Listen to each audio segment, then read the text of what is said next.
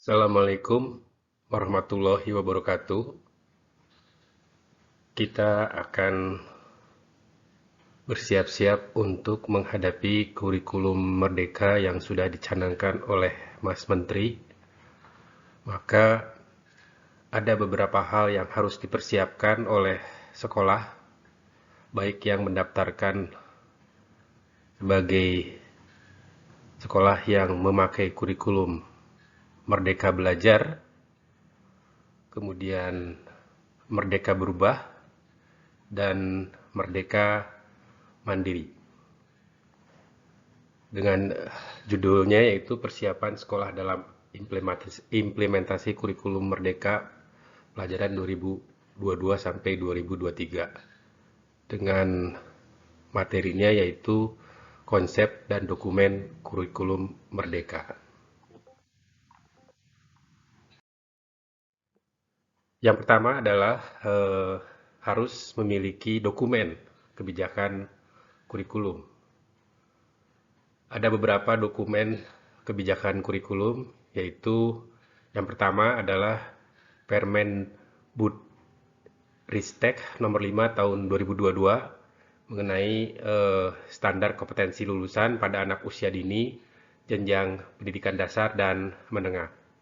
Permendikbudristek ini isinya mengenai standar kompetensi lulusan yang merupakan kriteria minimal tentang kesatuan sikap, keterampilan, dan pengetahuan yang menunjukkan kemampuan atau capaian kemampuan peserta didik dari hasil pembelajaran pada akhir jenjang pendidikan.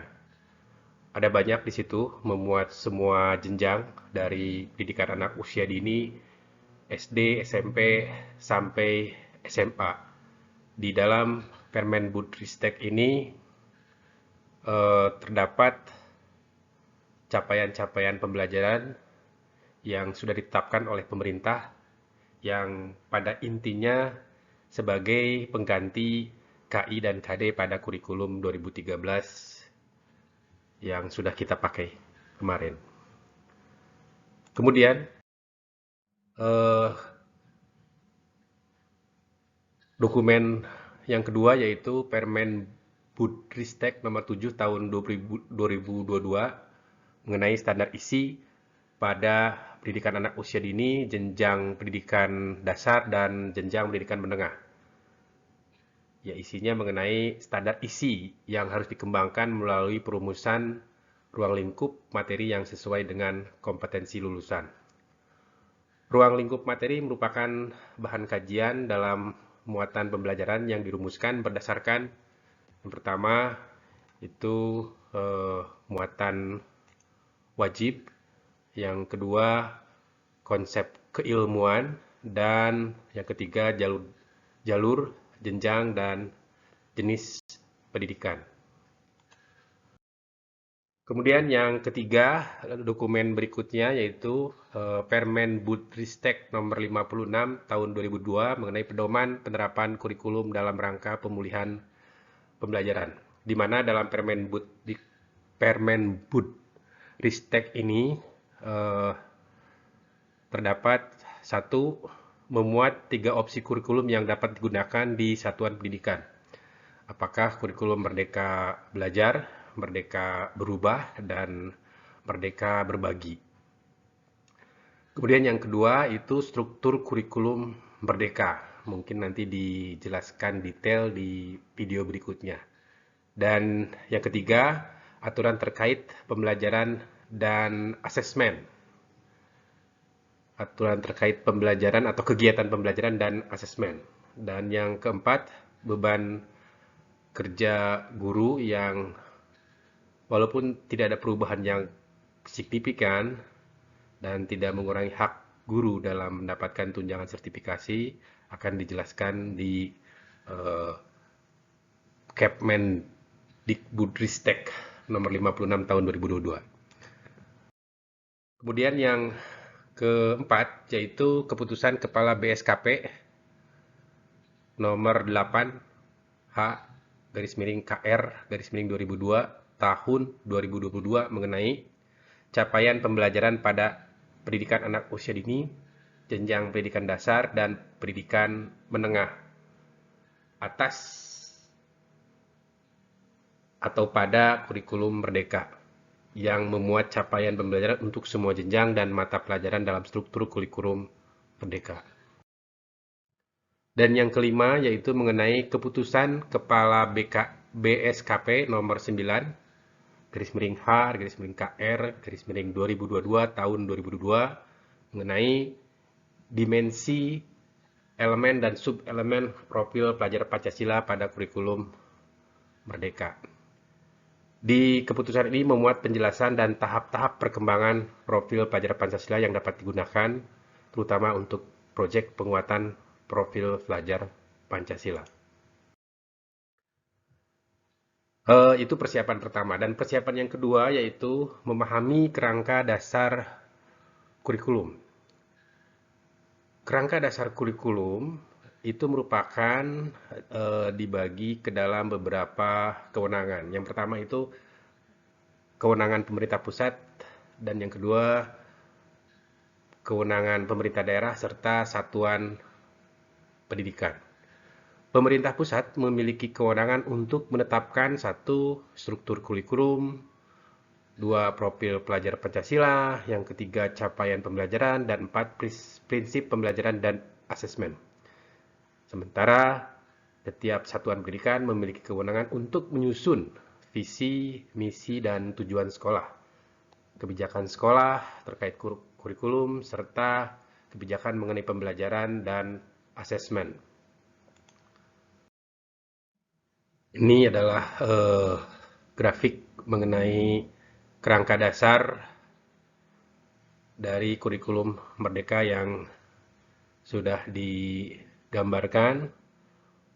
Bagian atas itu merupakan kewenangan dari pemerintah dari sini. Kemudian di bawah itu merupakan kewenangan dari satuan pendidikan. Untuk perangkat ajar, teks pelajaran, contoh modul ajar, mata pelajaran, contoh panduan, proyek profil pelajar Pancasila, contoh kurikulum, dan satuan pendidikan itu akan diberikan oleh pemerintah pusat, mungkin juga dibantu oleh pemerintah daerah. Kalau dari pemerintah pusat menyediakan platform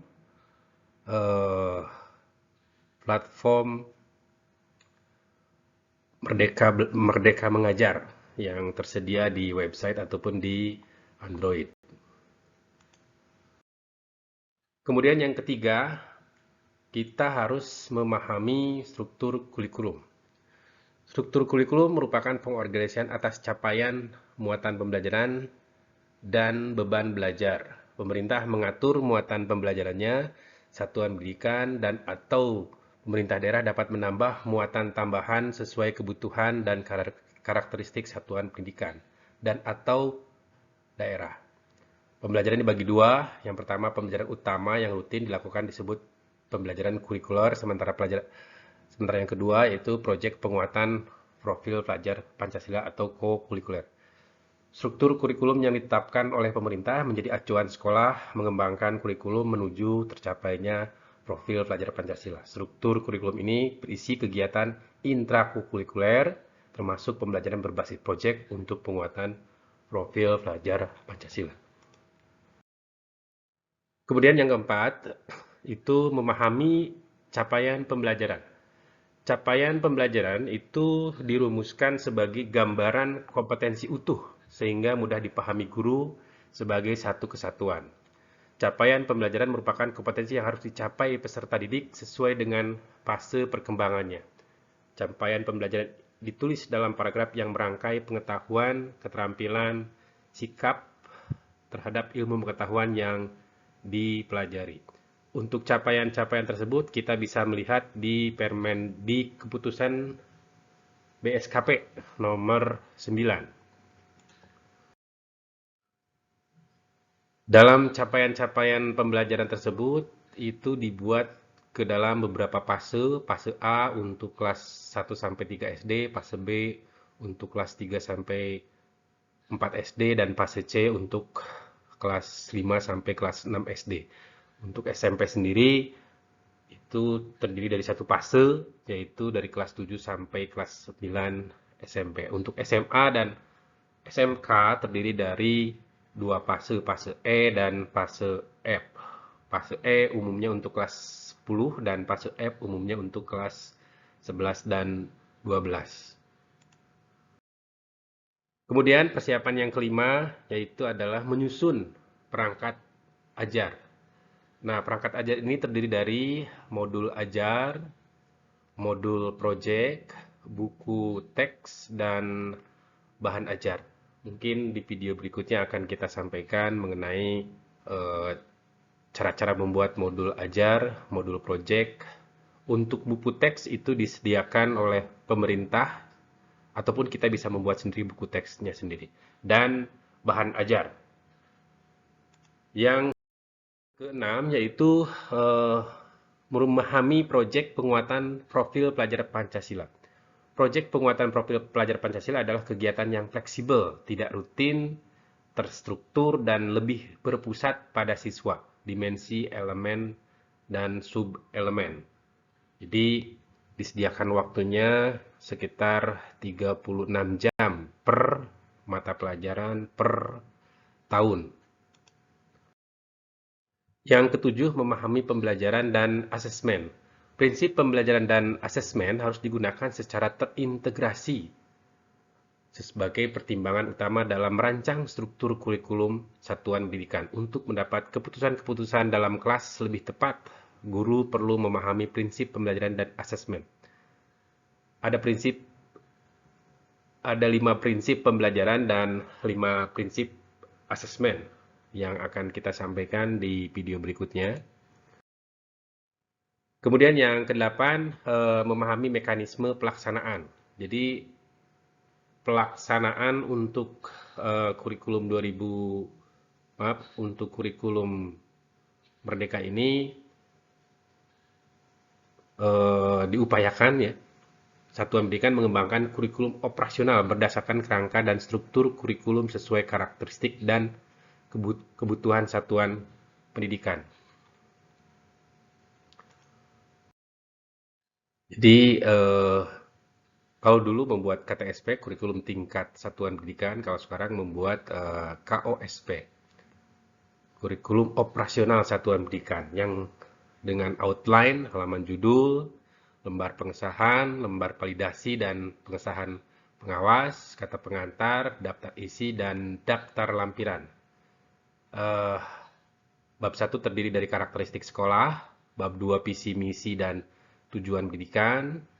Visi sekolah dijelaskan detail, misi sekolah juga sama, dan tujuan sekolah juga dijelaskan secara detail. Kemudian bab 3, pengorganisasian pembelajaran dan rencana pembelajaran. Ini kumpulan dari modul pembelajaran yang dibuat oleh guru mata pelajaran. Itu terdiri dari pengorganisasian pembelajaran itu terdiri dari muatan kurikulum, pengaturan beban belajar, penguatan profil pelajar Pancasila, program inklusi yang sekarang harus ada di setiap sekolah, kemudian kriteria kenaikan dan kelulusan, kalender akademik. Rencana pembelajaran untuk ruang lingkup sekolah, dan C, pendampingan, evaluasi, dan pengembangan profesional. Pendampingan dan evaluasi ini merupakan hal yang dilakukan oleh stakeholder lain seperti pemerintah daerah melalui dinas pendidikan dan pengawas serta masyarakat. Dan bab 4 penutup serta daftar pustaka dan lampiran. Itu adalah sistematika dari KOSP yang dulunya itu KTSP. Dan yang ke-9 itu menyusun kurikulum operasional. Satuan pendidikan yang memilih kurikulum Merdeka dapat mengimplementasikannya melalui memilih 1 dari 3 opsi. Yang pertama itu mandiri belajar, menerapkan beberapa bagian dari prinsip kurikulum Merdeka tanpa mengganti kurikulum satuan pendidikan yang sedang diterapkan. Yang kedua, mandiri berubah, menerapkan kurikulum merdeka menggunakan perangkat ajar yang sudah disediakan pada satuan pendidikan PAUD kelas 1-4 dan 7-10. Kemudian pilihan ketiga, mandiri berbagi. Mandiri berbagi ini sekolah sudah melaksanakan kegiatan kurikulum merdeka ya. Jadi kalau sudah menerapkan kurikulum merdeka, maka diharapkan untuk mengembangkan di berbagai perangkat ajar di satuan pendidikan PAUD dari kelas 1-4 dan kelas 7-10. Dan yang terakhir adalah evaluasi kurikulum. Evaluasi kurikulum pada satuan pendidikan pelaksanaan kurikulum merdeka merupakan serangkaian kegiatan terencana dan sistematis dalam mengumpulkan dan mengolah informasi dan data yang valid dan reliable. Dilaksanakan oleh beberapa pihak, pihak internal sekolah itu sendiri, kemudian pihak eksternal seperti Dinas Pendidikan melalui pengawas pendidikan, kemudian oleh masyarakat melalui komite sekolah. Nah, evaluasi ini dilakukan terhadap komponen-komponen kurikulum pada satuan pendidikan pelaksanaan kurikulum merdeka, yaitu evaluasi mengenai struktur kurikulum, capaian pembelajaran dan asesmen, penggunaan perangkat ajar, dan kurikulum operasional satuan pendidikan. Evaluasi pembelajaran pada satuan pendidikan pelaksanaan kurikulum merdeka dilaksanakan oleh Kemenristek dan dapat melibatkan Kementerian Agama, Dinas Pendidikan, Komite Satuan Pendidikan, Dewan Pendidikan, dan masyarakat. Sekian dan terima kasih. Jangan lupa subscribe, like, dan komen. Kita tunggu video berikutnya. Assalamualaikum warahmatullahi wabarakatuh.